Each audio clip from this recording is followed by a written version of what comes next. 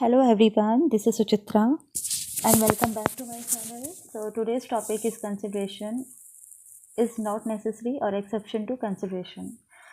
So today we will discuss about it in detail. So let's start.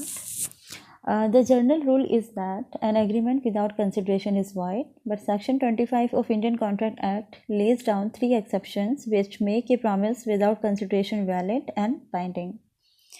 An agreement without consideration is valid if it is expressed in writing and registered if so required by the law relating to registration of documents and is made out of natural love and affection between parties standing in a near relation to each other.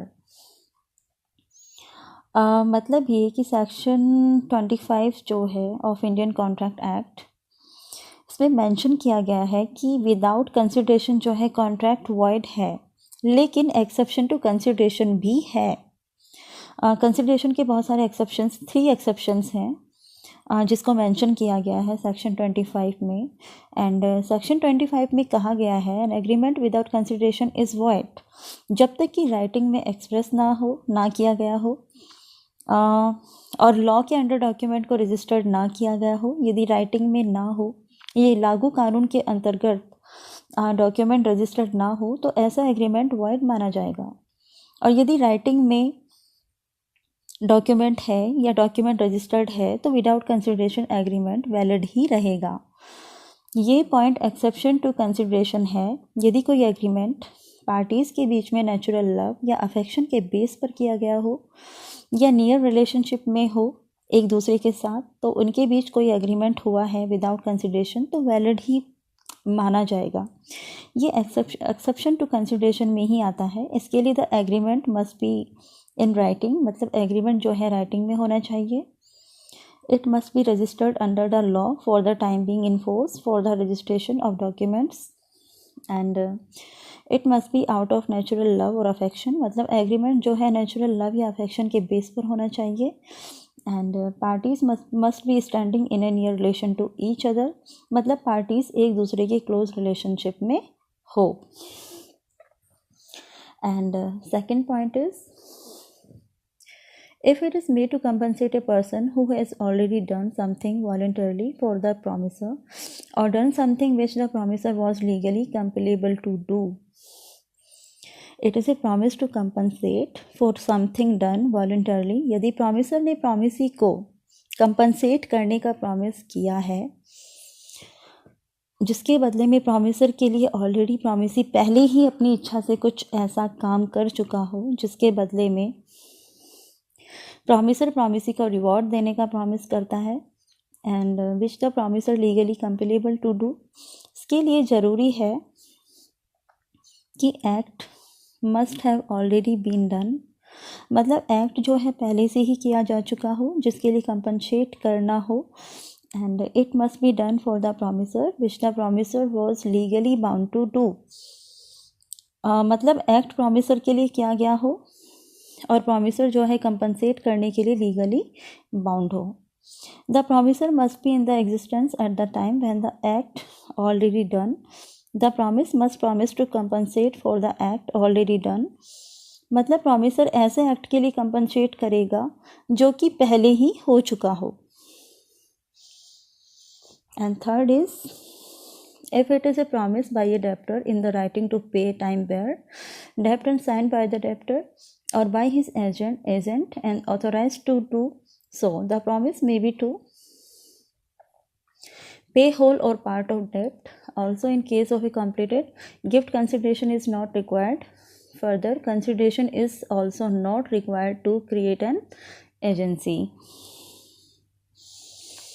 It is a promise made in writing and signed by the person to be charged therewith or by his agent, generally or specially authorized in that behalf to pay.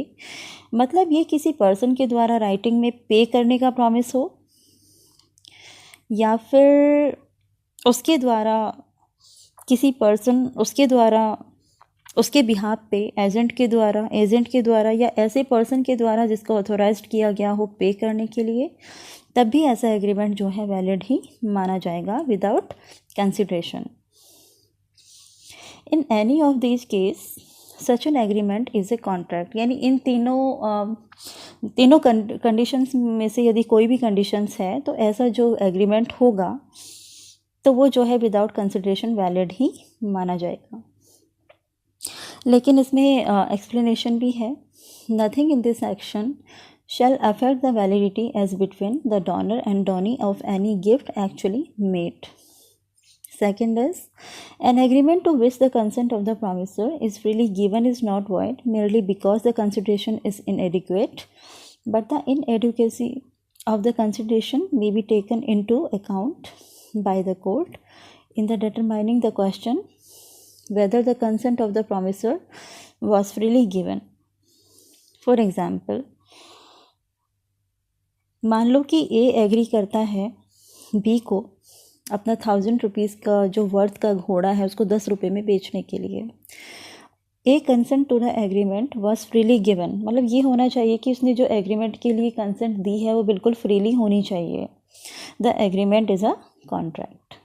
Note with standing the inadequacy of the consideration. For example, A for the natural love and affection.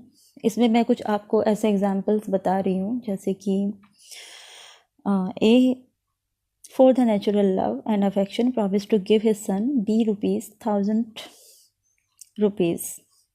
A puts his promise to be into writing and the registers it. This is a contract. मैं कुछ आपको ऐसे example बता रही हूँ जिसमें कि without consideration जो है एग्रीमेंट वैलिड होता है अगर राइटिंग में हो या रजिस्टर्ड हो। And second example is A finds B purse and gives to him B promise to give A ₹50. This is a contract. Third is A support B infant son. B promise to pay A expenses in so doing. This is a contract. And A saves B sons from drawing. B promise to pay him 10,000 as reward. This is a contract. Okay तो ऐसे मतलब कुछ examples हैं जो कि बताते हैं कि विदाउट कंसिडरेशन जो एग्रीमेंट होता है वो वैलिड माना जाएगा। There is some important case laws regarding exception to consideration, जैसे Raj Lakhi Devi versus Bhootnath Mukherjee, Bhiwa versus Shivram 1899, Durga Prasad versus Baldev 1880, State Bank of India Kanhaiya Lal 2016। तो ये कुछ केस लॉज हैं जो बहुत ही इंपॉर्टेंट हैं, तो इनको ज़रूर आप नोट डाउन कर लीजिएगा। तो ये था मेरा आज का टॉपिक। कैसा लगा please let me know by your comment. Please do like, share and subscribe. I will upload lecture videos on daily basis. Please keep watching my channel. Take care. Bye bye.